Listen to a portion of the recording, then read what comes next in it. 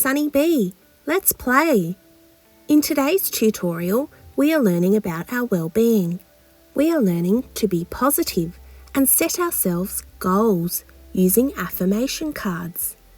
Affirmation cards are positive statements we read to ourselves to improve our well-being and be the best version of ourselves we can be.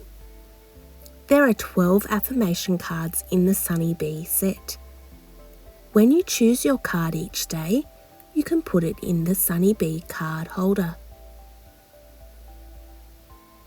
Each day, you get to choose a new card, and you can put the new card in the card holder. Let's read this card together. Kind. I am kind to myself and to all living things. My kindness will help others learn how to be kind. I understand that all living things matter. Every time I see this card today, I'm going to remind myself of my goal and think of the ways that I can be kind to all living things. I might even help somebody else learn how to be kind by showing them something kind to do.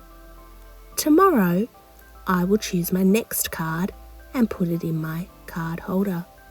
Remember to say your affirmations every day.